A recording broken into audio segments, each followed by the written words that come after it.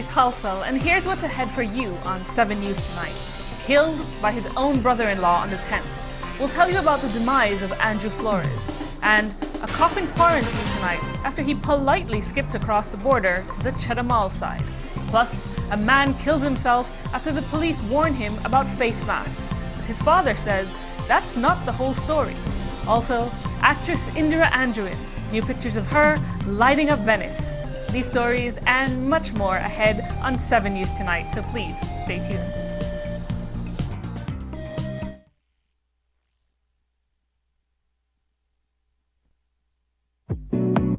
Now is the time to sign up for the best postpaid plans in the country because Digi has doubled the data in all their plans. Now you can get even more done, connect even more, stream even more, create even more, and share even more. All on the fastest mobile network that gives you the most coverage nationwide. Now is the time to go postpaid with plans starting as low as $49 monthly. Shared plans are also available, all with unlimited talk and text. So don't wait.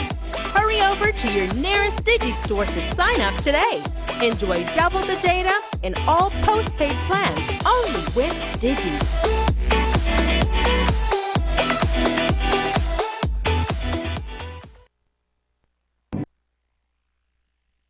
Who ready for this year bosh? This year bosh, this year bosh. Who ready for the premiere? Premiere. Who ready for Bellykin? Bellykin. Wanna ready to have some fun? Yeah! Let's go! Hey! Sir Barry's Bellykin Bash, baby, 2020. Bellykin giving back to music, yo! 3 days of mad beliefs and entertainment. Starting September 18th with the mighty Gil Harris 7 band. The 2-time Kyle Bellykin DJ Chop, DJ Iconic, and wrapping up with Super Furia Band. Then on September 19th, a September Band, 5-star International, and closing off with the X-Band, baby. Then on September 20th, it's all about the new sensation band, Mr. Smalls and exclusive sound. Wrapping up with the Sweet Pain Band. Catch the premiere on Love TV, Channel 5, Channel 7, TNC 10, Bellykin's Facebook page, and YouTube. Each night started at 8 p.m. It's the Bash, baby. Sir Barry's Bellykin Bash. This year bosh, this year bosh. Who ready for the premiere? Premiere. Who ready for Bellykin? Bellykin. Wanna ready to have some fun? Yeah! Let's go! Hey! RF&G Insurance wants you to be prepared for the hurricane season. We encourage you to visit us at 1 Coney Drive in Belize City or one of our countrywide agents to review your insurance policies to make sure you are adequately covered to weather any storm. RF&G Insurance Company Limited, where it pays to get it right.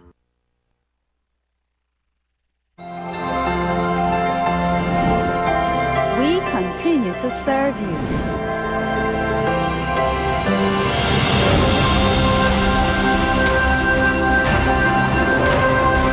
We continue to keep the lights on.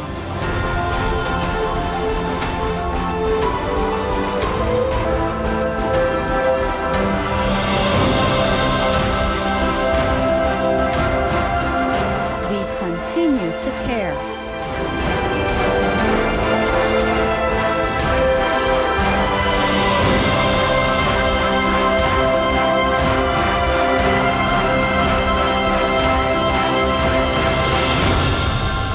We will always be right here for you.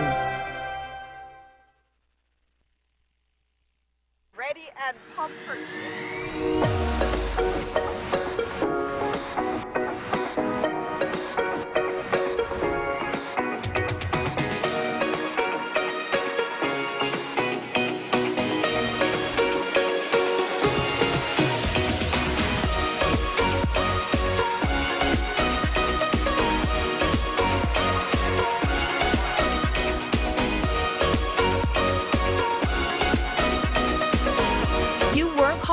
You played hard, so you need a mobile plan that can keep up. Digi is now offering unlimited talk and text and double the data on all plans and up to 60 gigs for the Plus plans. All backed up by the fastest and largest mobile network. More work, more fun. for you. Visit your nearest Digistore today.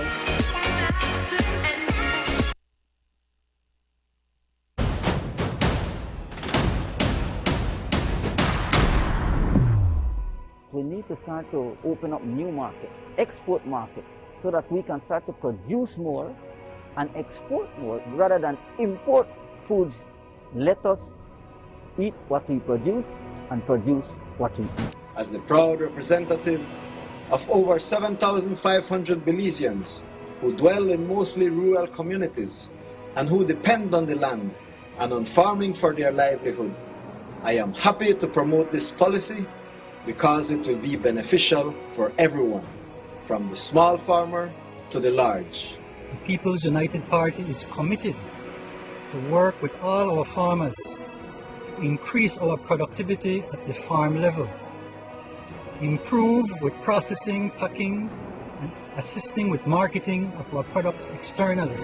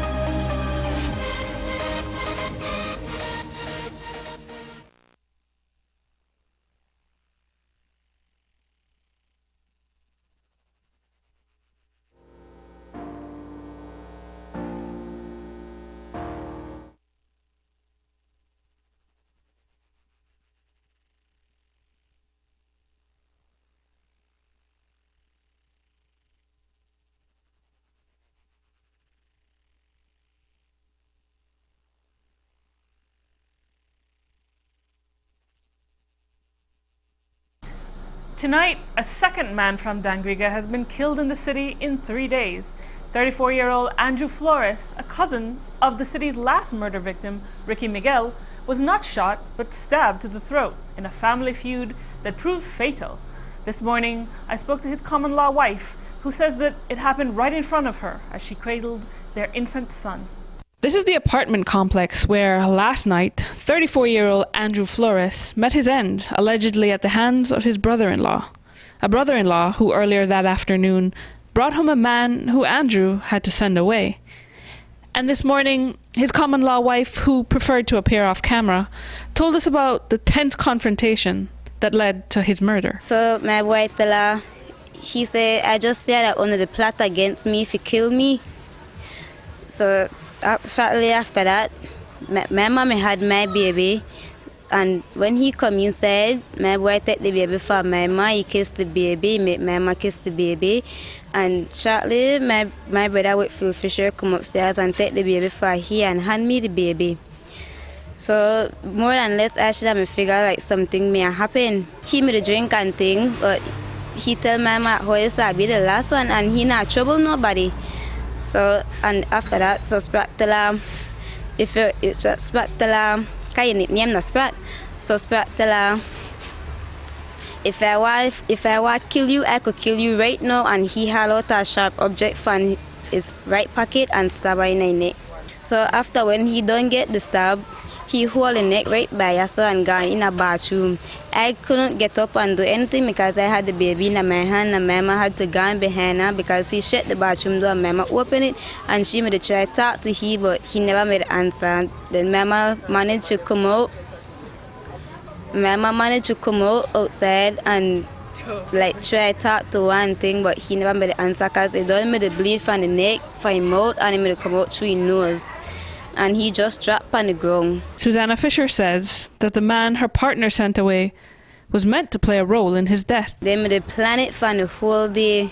So they say before 5, when you call for work, before 5, me are dead.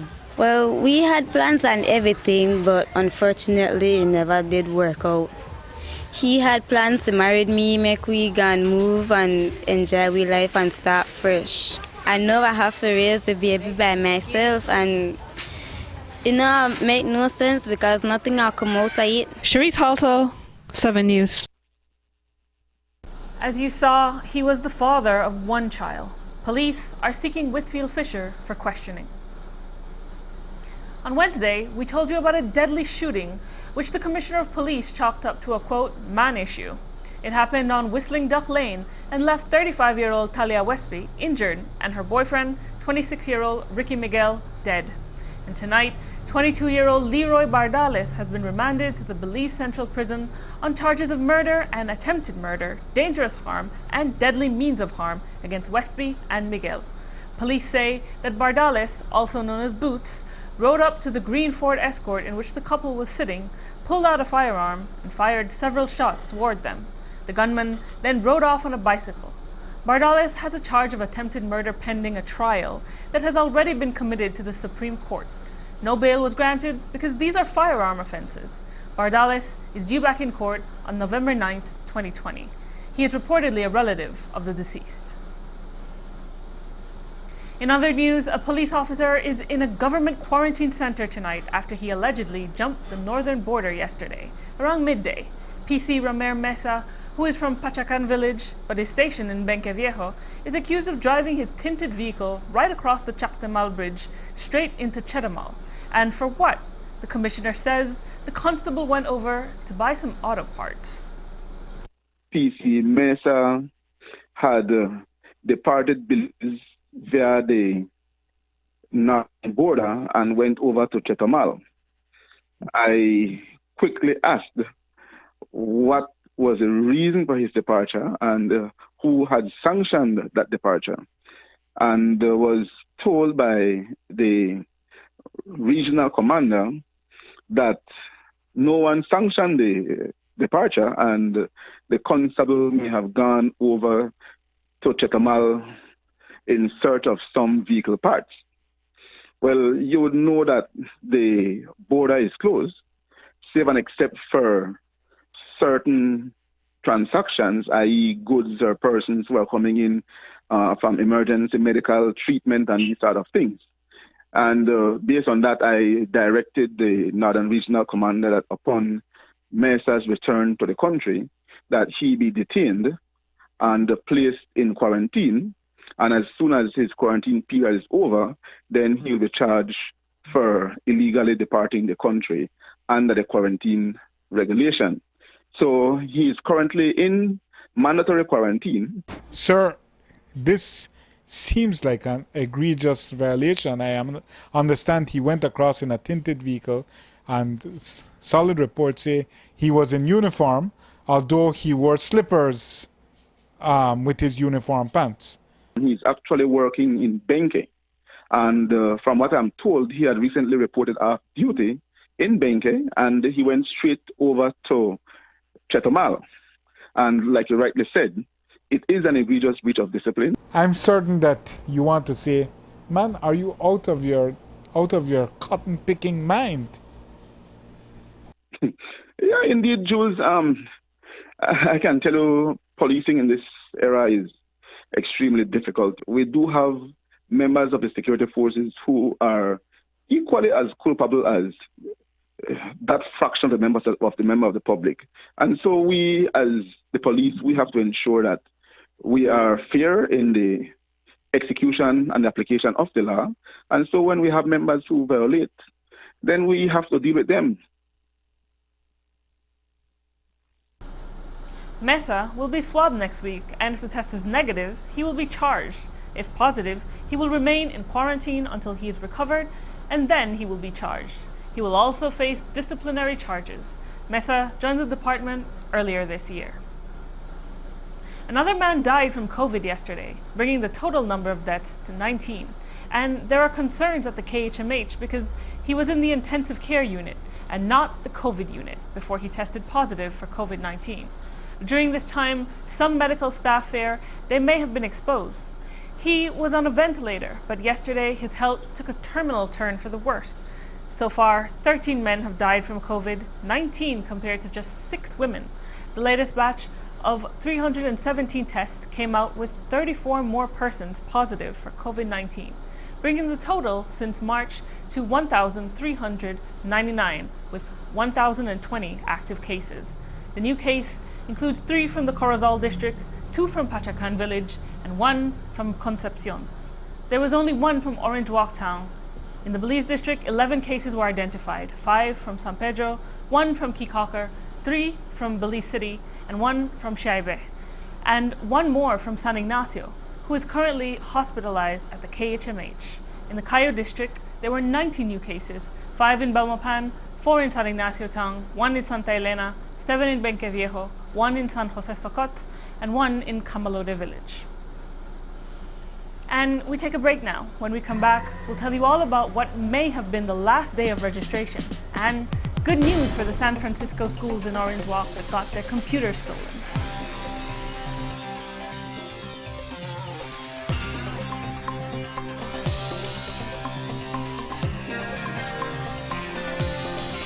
Price Premier Products Limited has been proudly serving Belize for many years. We aim to serve you better and are pleased to announce our new office with convenient parking at number 1728 Chetamal Street, Belize City.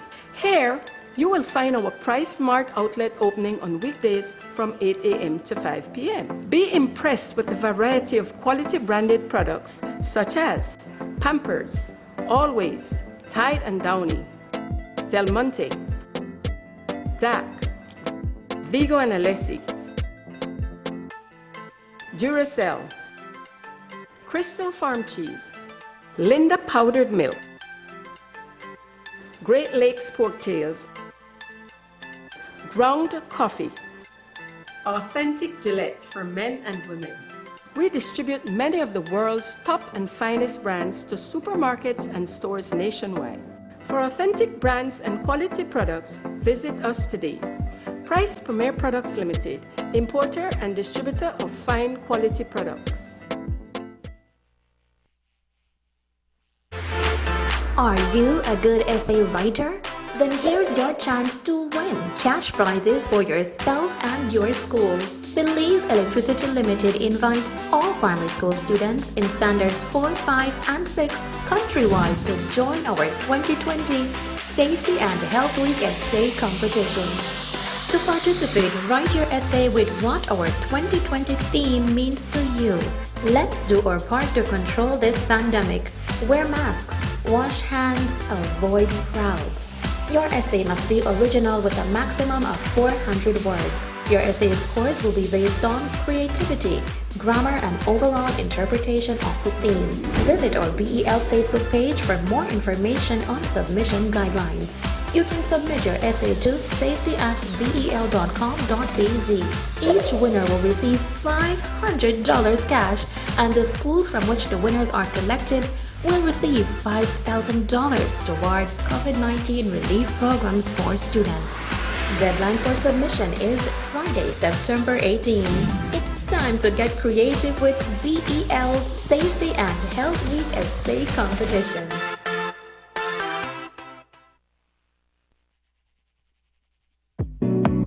Now is the time to sign up for the best postpaid plans in the country because Digi has doubled the data in all their plans.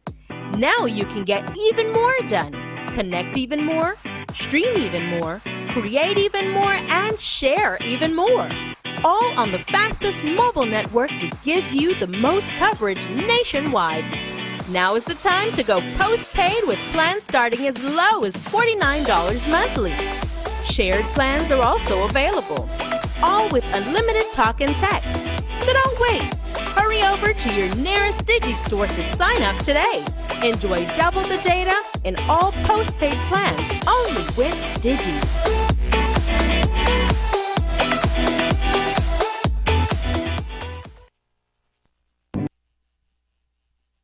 If It's Brothers Habet's big September celebrations, patriotic sale, and we got super deals all month long, like 15% off all our quality decorative paints. You can wave your flag too. That's Berger, Domestic, Dutch Boy, and Pinto. Plus, get 15 to 30% off tons of items store-wide. And lots of good stuff on clearance, including tile. So come into Brothers Habet on Barrack Road to celebrate your patriotism all September. Brothers Habet wishes all Belizeans a happy and safe September celebration. Meals are better at home with Coca-Cola. Collect 2 golden caps of Coca-Cola, Fanta, or Sprite 1.5 liter with the word WIN and 1 golden cap with the word microwave or 1 with the word Oster, and you can win a microwave oven or Oster pots and pans. You'll also receive a free kitchen utensil with all 1.5 liter twin pack purchases. You can collect all 4 utensils. Visit www.coca-cola.com. Ready and comfort.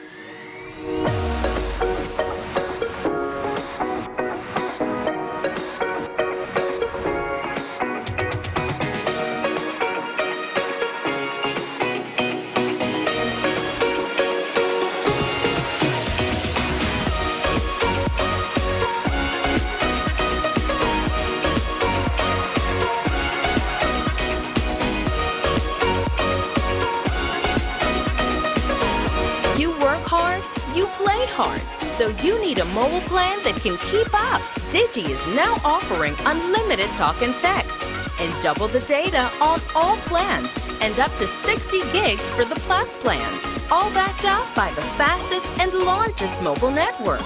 More work, more fun, more you. Visit your nearest Digi store today.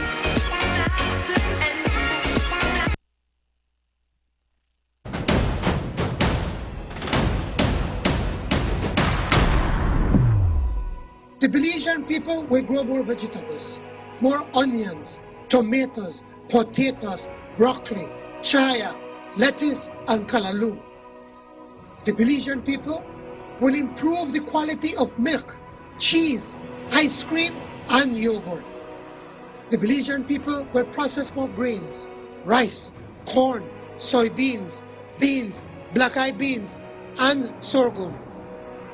The Belizean people will grow for export hot peppers, pumpkins, frozen fruits, coconut water, plantains, cocoyams, cassava, roots and tubers, and we will return to exporting papayas again.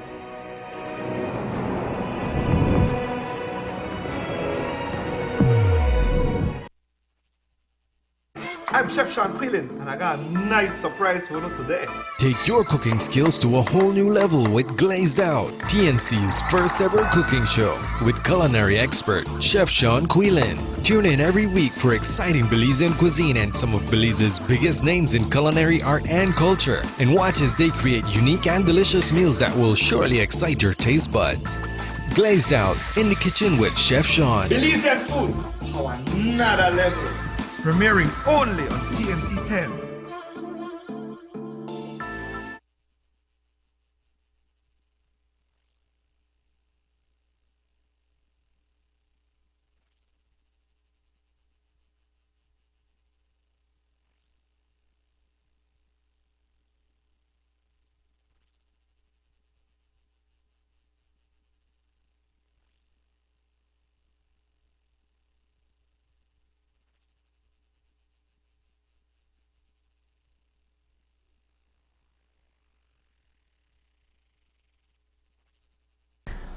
If elections will be held at the latest in the first week of November, then today was the last day for new registration for those voters who want to get on the list in time for the general elections. As we've been reporting, there's been a flurry of activity at the Elections and Boundaries offices, and the numbers reflect that. Chief Elections Officer Josephine Tamai says her department has seen a little over 8,500 applications for transfers during the months of July and August. And from July to today, her office has received a little over 13,000 applications for new registration. But those are applications, and Tamai stresses that they still have to be approved. First, they have to be investigated to see if who is on the list actually lives where they have registered. On Wednesday, we showed you a small house in Pickstock that had 15 people registered there. This is a safe house situation, a tactic freely employed by both the PUP and the UDP.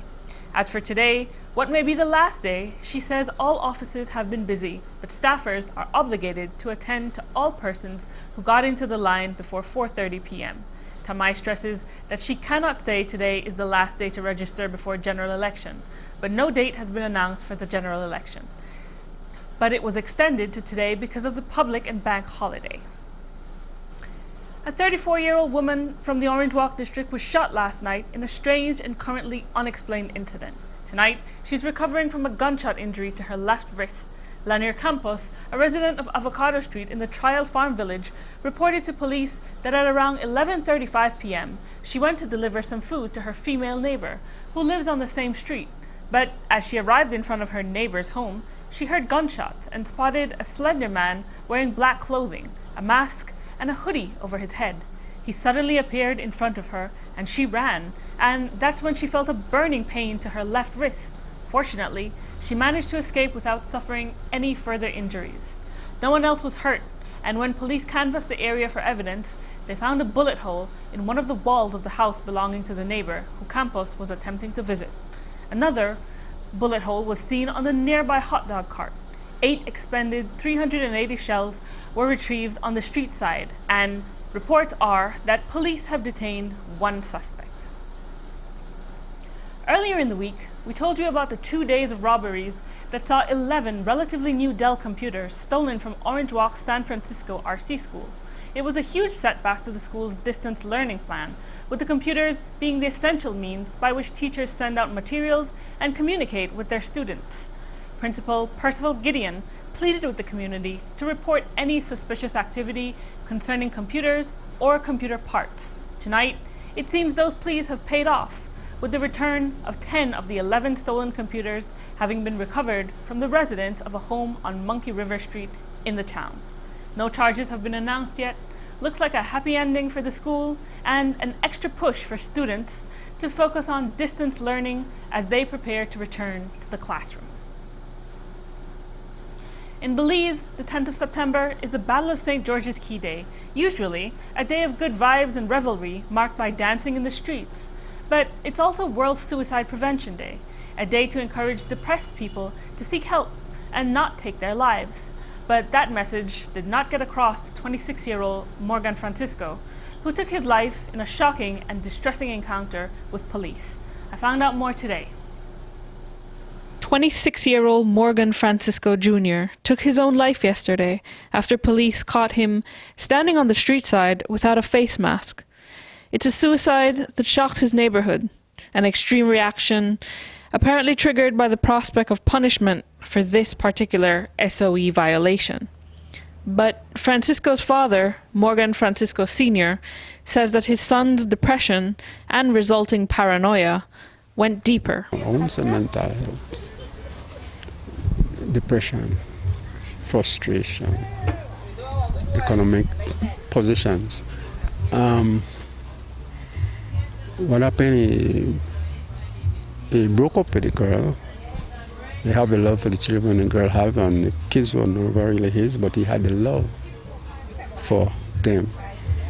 That he migrated from Evergreen Street to Gardena with the girl. So he struggled, no job. Go and live that bush life, and try help provide for the kids same way. But as always, what woman have her children with her baby's dad, and my poor son, 26 years old, just young, have one son of his own. And what happened, he fall for the children, those children and the girl that he had, The family says that Morgan Jr. died of heartbreak. The treatment, the frustration. He called late in the night because of the frustration, the misunderstanding, and he decided to come home. So we tried to nurture him for the 2 weeks. It's just about 2 weeks. My son started to look depressed. I noticed he never eat his food, and there were so many problems that that he had. So eventually, yesterday, the 10th of September 2020, he decided to take his own life after the police came and tell me about the mass while I was discussing with my neighbor. He was so paranoid that when the police came, he thought that the police was coming for him. Instead, he went for the mass. He took the knife and pushed it in his chest, on the left-hand side. And his mother went inside behind him, and he still crouched down on the knife while pushing it in. So he came out with a lot of blood, and he had the strength to walk even to the police vehicle because the police was insisting about the mass business, and that triggered his demise. And as he died, Francisco leaned onto that cop car, bleeding out onto the headlight. The police felt he had remorse, but he felt it because it was his presence and his duty that he was doing his job concerning that mass that triggered his actions. His father says it's a violent vignette that will haunt him for the rest of his days. Forever will I be with that memory, with the sequence of events. Concerning that mass, forever will I be with that. I console myself. The police was doing his duty, yes. But on a whole, this is what I have to say. The state of mind that we are present in, it usually varies. And my son was at the peak of the state of mind that one strike of a pin triggered as that simple as that mass caused my son to be not here with me today. Cherise Halsall, 7 News. Castillo was the father of 1 child. The cops in that situation were faced with a grim outcome they could never have envisioned. After all, they just told him to put on a mask, and then, a short time after, he was dead, bleeding out on the hood of the patrol truck. Commissioner of Police Chester Williams discussed policing in tough times. First and foremost, I want to offer my sincere condolences to the family of the deceased person. Yesterday, when I was briefed of the situation, it is indeed sad, not only for the family, but also for the police. And like you said, it is indeed difficult times. The police do not know what people are encountering or facing at any given time when they are approached by the police. And so every day I harp to the police officers the importance of enforcing these regulations. And so on that day in question, the police did saw the individual. He didn't have on a mask, and he was approached by the police, and he was told about it, and there was some confrontation. And from what I'm told, he went into a house, and he might have gotten a knife and inflicted injuries to himself, then came out back and confronted the police again while bleeding. And again, yes, the police were exposed to many things. But at the end of the day, it is what we have sworn to do. And despite these challenges, despite the risks that we are confronted with every day, we still ensure that we go out and do our jobs to the best of our ability. And today in Cayo, a family of 11 was also talking about the commissioner. They're the ones who were taken in by police last Friday night after they were allegedly gathering at a home on Oliveira Street in Belize City.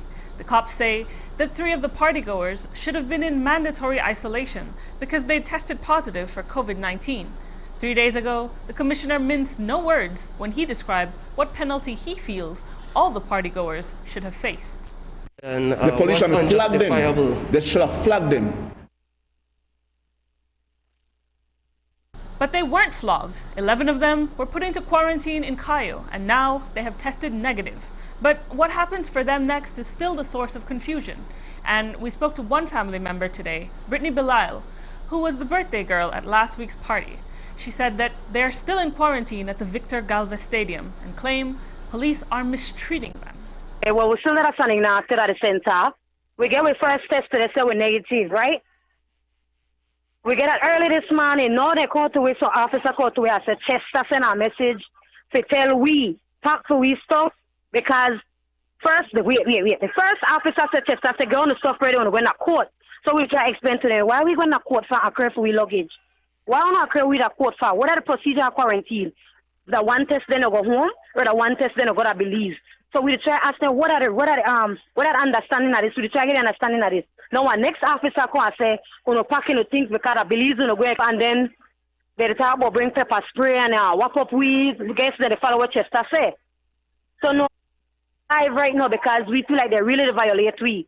Yeah, what we try to get out of this, we want we talk for we rights because I feel like we rights to get violated, and we not do nothing wrong. We know about the social gathering stuff and things like that, but we don't explain to them. We never had no party. We see a lot of people on Facebook, they have party and things like that. Why Chester not go approach them? All of we the family right here, why we can't sit down in a we house and have one least social. We just to try live as a family in this place, to try battle this together. I don't understand. We don't know what to do. Right now we need some help. Now explain to me, how did you all feel when you hear the Commissioner of Police say that you all should have made a flag? Well, I don't know if he me dehydrated fan where he can look for the police officer. I know if I listen to him, I know it make no sense because why they have flag we father? No, we not the wrong, you understand? We know not the wrong. We never tell my brother show up if I never for me show up. If anybody for me get flagged that he. We'll keep following them. On Monday night's newscast, we told you about the weekend shooting of 26-year-old Debbie Clark. Sometime after 7 on Sunday night, the young mother was inside her home in the Puerto Carrillo area of San Ignacio. She was attending to one of her children when she suddenly heard the sound of gunshots coming from nearby. She thought she heard the sounds of firecrackers, but shortly afterward, she found herself in serious pain. That's when she realized that she had been shot twice. She was rushed to the hospital, and since then, the family has learned that the 2 bullets did very serious internal damage. One of the bullets hit her in the left hand, and it shattered the bones it struck when it made an impact. She also has 1 bullet lodged in her left upper shoulder, which needs to be removed. These are expensive medical procedures, and in order for Clark to begin her road to recovery, her family has to come up with $5,000 to cover the hospital bills. This evening, we spoke via phone with one of her sisters. She briefly discussed the shooting and the fundraising event that her family is organizing to hopefully cover some of Debbie's medical costs. Here are those comments. It happened on Sunday night. She was in her living room. She was combing out her daughter here when the incident happened. When she heard it sounded like fire crackers. And when she heard it too loud, and she got up and started trying to hold her kids, hide her kids. Well, that's when she got it shot on her arm. They are living in fear now. The children are very frightened.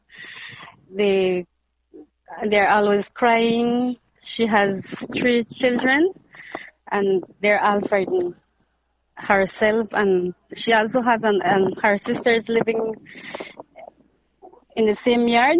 All of them are frightened about the situation. Is she able to do anything with her left hand in terms of movement and mobility since the injury? Well, no, her hand, she's unable to move. Only her fingers can move a little bit. Well, at the moment, she's home, and She's in need of 2 surgeries. She have a 1 bullet lodged in her upper left arm, and the other on her radius. She's in need of surgery to set back the broken bones. She's in need. She will need an iron plate. The one on her radius, the bones are shattered, so that's why she will need the iron plate set on her hands. So the bones set back. What is the expense that you guys are looking at to try to afford these surgeries for her? The expense is $5,000 for the 2 surgeries. Well, tomorrow we are having a barbecue sale. Tomorrow, Saturday, September the 12th, at midday at the Rivera's residence on Carapuerto Avenue. That will be at midday. We're having chicken. That will be $8 for the plate, and we're having pork. That will be $10. The family is imploring residents of the Cayo community to come out and support them in the barbecue sale tomorrow. You can get in touch with the family at the telephone number 621-8221 to place orders or discuss in what way you'd like to help Debbie. Also, financial contributions to afford her surgeries can be made to the Atlantic Bank account number 211-864-482. The Belize City Council has announced that another staff member has tested positive for COVID-19. This employee's positive test was confirmed yesterday during the national holiday, and that's when the council decided that the City Hall's entire second floor would be closed. The second floor was not open for business today, and it will remain shuttered until Monday, September 14th. During that time, the office spaces will undergo the necessary sanitization procedures. The council mentioned prior to this employee testing positive for COVID, they had already taken measures to reduce the presence of customers on the second floor. The first floor cashier services still remain available.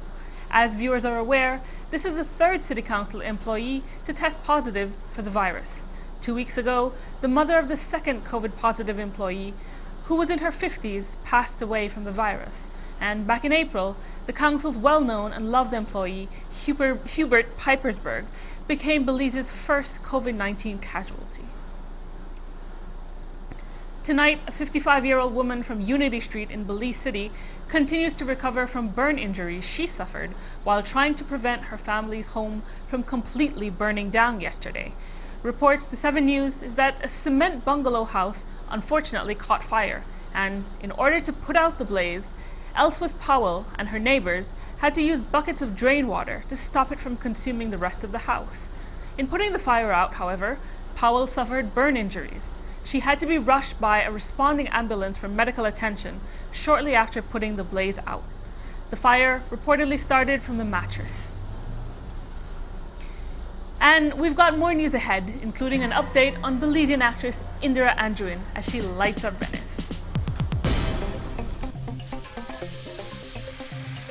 Time to sign up for the best postpaid plans in the country because Digi has doubled the data in all their plans. Now you can get even more done, connect even more, stream even more, create even more, and share even more. All on the fastest mobile network that gives you the most coverage nationwide. Now is the time to go postpaid with plans starting as low as $49 monthly. Shared plans are also available, all with unlimited talk and text. So don't wait. Hurry over to your nearest Digi store to sign up today. Enjoy double the data in all postpaid plans only with Digi.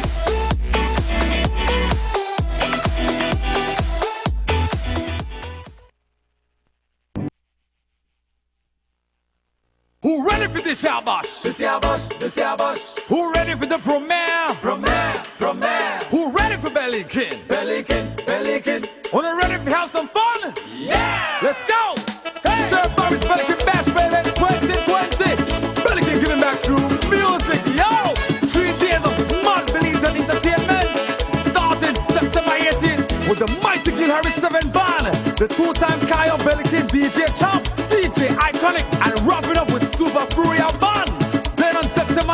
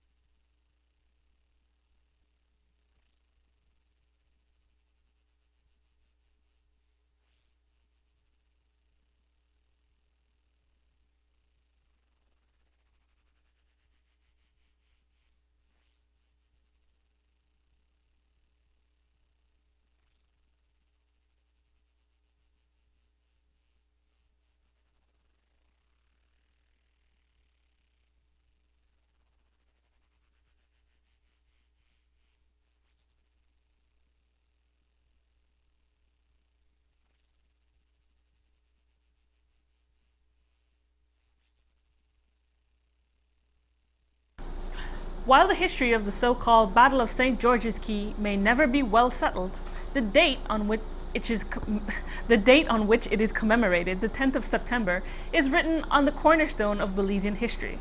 That date has been observed annually with parades and revelry, probably since September 10th, 1898, when Simon Lamb assembled patriots good and true at the corner of North Front Street and Hydes Lane for a parade to the Government House. But on September 10th, 2020, thanks to COVID-19, the streets were as slow as a Sunday and as quiet as a sleeping army. No parades, no marches, no nothing really, just a quiet, low-key ceremony, fittingly, at the Government House, now called the House of Culture. That ceremony was sent to Belize virtually, since the public could not be invited. We have a few excerpts from the 2.5-hour event held to commemorate the 222nd anniversary of the Battle of St. George's Key Day. Here's what the keynote speakers had to say about what message the 10th has for the very challenging times we are currently living in.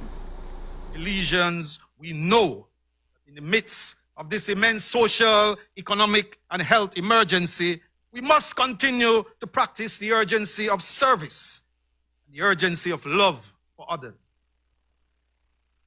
We know that this virus is a clear and present danger, and to survive, to strive, and to succeed, we must show resilience now more than ever, which is why our theme for this year's celebration, Overcoming Adversity, Creating Opportunity, Belizeans Unite for Prosperity, is such an important message. In the past, our ancestors faced oppressive colonial rule. They also faced hurricanes. They faced yellow fever and cholera. They faced world wars, discrimination, and economic depressions. They faced expulsion from Belize, and the indigenous peoples faced warfare and genocide. Make no mistake, my fellow Belizeans, the events that we celebrate during the month of September, the Battle of St. George's Key, the independence movement, and other events teach us that, like our ancestors, we will face the challenges of our generation and must do so worthily. 2020 has not been an easy year given the COVID-19 pandemic and a very inopportune hurricane called Nana. These unprecedented situations have left many bewildered and battered, and just as it was in 1798, the odds are stacked against us. But again, like that time, we have many brave Belizeans who, in their valiancy, have encouraged us all to stand and to fight in defense of our jewel. And while the 10th of September 2020 was unlike any 10th celebration, including the one in 1931 when thousands died, many of them enjoying the 10th, when a Category 4 hurricane struck at 2 p.m. that day. In the 89 years since, Belize has gone from colony to nationhood, and now, in 2020, we are on the cusp of entering a new phase of leadership, as the major post-independence leaders, Sir Manuel Esquivel, Said Musa, and Dean Barrow, have all retired or are retiring in the next 6 weeks. 60-year-old John Briceño and 42-year-old Patrick Faber are up next for national leadership. But do they measure up to their predecessors? That's what we asked PM Dean Barrow on Wednesday. But there are people who will say that you and Mr. Musa, when you all ascended into the highest post in your party and the highest office in the country, that you all were men of substance, while certainly neither of you, when you entered, were universally loved, and as you depart, perhaps much less so. Indeed, in both of you all, you both emerged from a strong ideological, intellectual background. And the feeling for many is that your successors are not men of equal substance.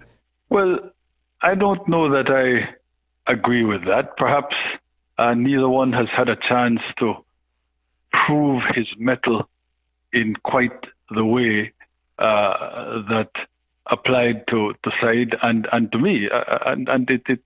You have to be tested before you can show the stuff of which you are really made. I think that, certainly speaking for the new leader of the United Democratic Party, there's no doubt in my mind that he has what it takes. If you're a woman serving in any of the law enforcement agencies under the country's national security apparatus, your professional life and career development are on the way to becoming less stressful and more equitable. That's because the Ministry of National Security has launched the first ever Women, Peace and Security agenda for the security forces in Belize. It's a group of gender-aware policies designed to remove any form of sexism, prejudice, or discrimination against the country's female law enforcement officers. The main idea behind the agenda is to place women officers on equal footing as their male counterparts.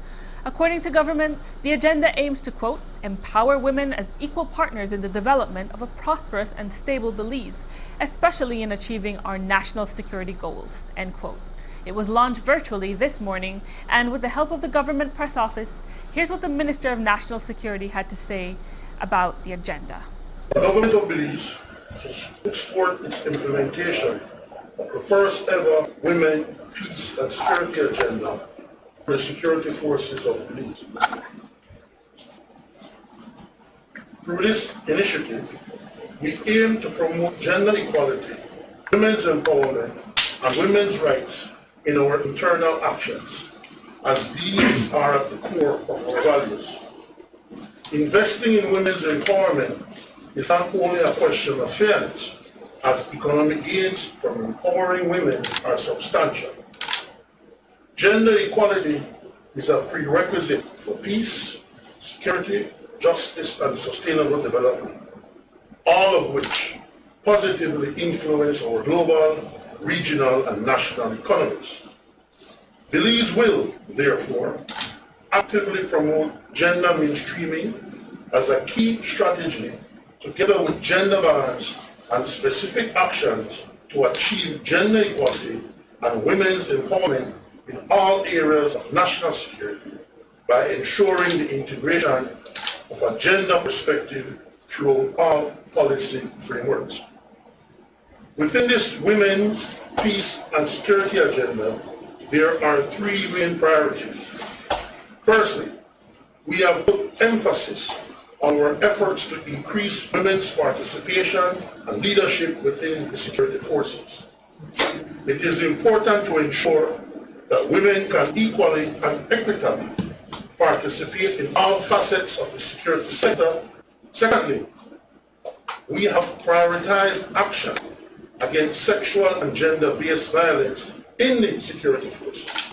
We also stress the importance of training personnel on preventing and eliminating sexual exploitation, discrimination, and abuse within the ranks. Thirdly, we have prioritized our work to promote proactive policies for women's empowerment within the security forces. A government press release on the agenda says that it is in accordance with United Nations Security Council Resolution 1325, and it also supports Belize's national security goals and its Horizon 2020 commitments. The Belize Central Prison, which is privately run by the Colby Foundation, is getting international attention as a model correctional facility that is successfully keeping the coronavirus from spreading among the inmate population. Yesterday, an article featuring the prison was posted on a blog and newsletter called In Public Safety. This is an online publication produced and maintained by faculty, staff, and students of the American Military University. In this article, highlighting the Belize Central Prison, the writer says, quote, the prison has implemented mandatory hand washing, wearing of face masks, and non-contact temperature checks for everyone visiting the prison. High traffic areas within the prison are constantly disinfected, including all surfaces, equipment, and staff vehicles. Social distancing is maintained, and hand washing stations are strategically placed throughout the prison. The writer then says that, in contrast, quote, the pandemic has had some positive outcomes for the Belize Central Prison. There is also an unusual level of teamwork and unity between staff and inmates to combat the virus and to keep it out of the prison. Inmates have gained new skills in making masks, which are being produced within the prison and are available to the public.